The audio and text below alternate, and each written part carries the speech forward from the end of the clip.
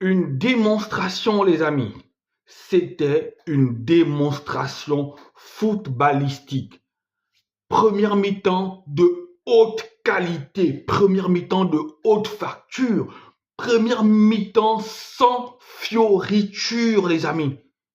Sans fioriture, le FC Barcelone a maîtrisé son sujet et n'a laissé aucune chance au FC Valence. Le FC Valence a été une victime expiatoire. Je pense que pour le FC Barcelone, ce match-là a été pris un peu comme un match d'entraînement pour préparer le match du week-end en Liga et pour faire une revue de troupes. Le Barça était dans un fauteuil, le Barça était à l'aise, le Barça a dominé de la tête et des épaules cette équipe-là. Et en 2 matchs, Valence a littéralement explosé. Score cumulé en 2 matchs, on est dans du 12-1. Les amis, 12-1. Et dans ce match-là, un joueur, bon, je vais dire 2 pour moi, mais un d'abord. C'est le GOAT Ferran Torres, les amis. Ferran Torres, cette saison, je pense qu'il a déjà, même en Ligue des Champions, rendu bien de service au FC Barcelone. Mais dans ce match-là, Ferran Torres, triplé, les amis. Un triplé du GOAT Ferran Torres qui lance bien la partie. Cet appel-là et cet amour de ballon de Alejandro Balde, longue passe Ferran Torres qui a retrouvé comme ça l'espace d'une soirée, la grâce des anges, voilà, il a le toucher qui fait mouche. 3e minute, 1-0. Comme c'était pas déjà une anomalie, 17e minute, Ferran Torres, 2-0 les amis. 2-0, Ferran Torres, 17e minute, après tu as Firmin Lopez, 23e minute, tu as Ferran Torres, 30e minute, et tu as Lamine Yamal qui termine le boulot à la 59e minute. C'était un récital. Et dans ce récital-là, on a vu que Ferran Torres savait marquer le but. On a vu que Ferran Torres avait trouvé son adresse devant le but. Mais on a vu aussi que Pedri, c'est un monstre.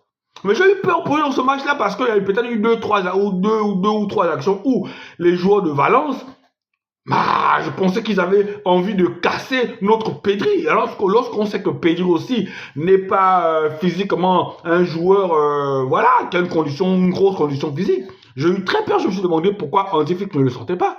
Mais Pedri, gros match. Vision de jeu extraordinaire. Quotient intellectuel footballistique très développé.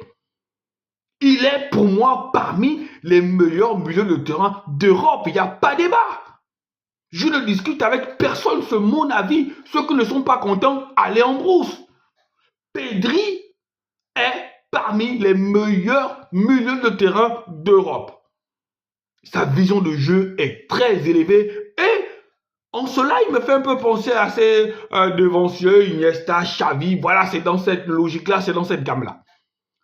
Très gros match de Pedri. Et après, on a aussi Rafinha, qui ne marque pas ce soir, mais qui fait des remises, qui fait 2 passes décisives ce soir. Voilà. Jules Koundé, Balde, défensivement, c'était propre. On a vu un Garcia aussi en soldat.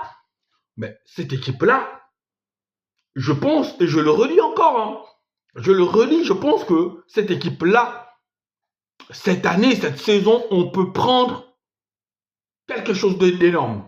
Déjà, je pense que la Coupe du Roi, sauf catastrophe, la Coupe du Roi, on l'aura. La Coupe du Roi, on l'aura, sauf catastrophe. En Liga, on est toujours là parce que après la défaite du Real et la victoire, notre victoire sur Alaves 1-0, on se rapprochait. Et il y a un match crucial entre le Real qui n'est pas très en forme et l'Atlético Madrid qui marche un peu, qui revient bien. Donc, il y a moyen de revenir encore, de prendre encore quelques points sur ces 2 équipes-là. Et en Ligue des Champions, pour ma part, je sens que la Ligue des Champions, ça va passer.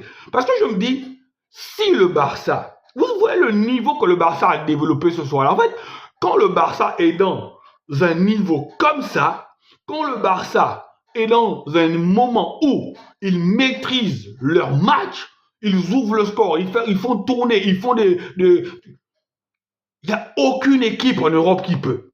Je pèse mes mots. Il n'y a aucune équipe en Europe qui peut les arrêter quand ils sont comme ça. Lorsque tout fonctionne, les déplacements. Mais ce soir, l'équipe du Barça s'est amusée. Tous les joueurs ont participé à la fête. Même ceux qui n'ont pas marqué ont participé à la fête par des passes, des déplacements, des courses, il y avait de la générosité. On rattrapait les erreurs. Et l'alignement a parfaitement fonctionné parce que dans ce match, tu as eu 7 hors-jeu pour Valence. Qu'est-ce qu'on va dire? On est en route, amis barcelonais. On est en route. Je pense que cette victoire-là a gâché la soirée de nos amis merengues qui espéraient que Valence puisse nous contrecarrer. Mais Valence n'avait pas le niveau. Est-ce que même Valence était motivé? Parce que même avant la fin de la première mi-temps, les supporters de Valence commençaient déjà à vider le stade. Il y avait des drapeaux blancs de certains supporters. Si vous avez regardé le match, vous avez vu, il y avait des drapeaux, des mouchoirs blancs pour dire arrêtez le massacre. Le Barça a massacré Valence. Le Barça a marché sur Valence. Le Barça a envoyé un message à l'Atlético Madrid et au Real de Madrid pour dire cette Copa-là, ça va être Armageddon. Et gare à ceux qui seront sur notre chemin parce que on va les écraser. Allez les amis, ciao ciao et merci à toutes les personnes qui se sont abonnées. Merci aussi à ces personnes-là qui regardent sans s'abonner en espérant qu'un jour, voilà, l'une de nos vidéos puisse transpercer votre cœur et que vous puissiez caresser le bouton abonner. Allez les amis, ciao ciao.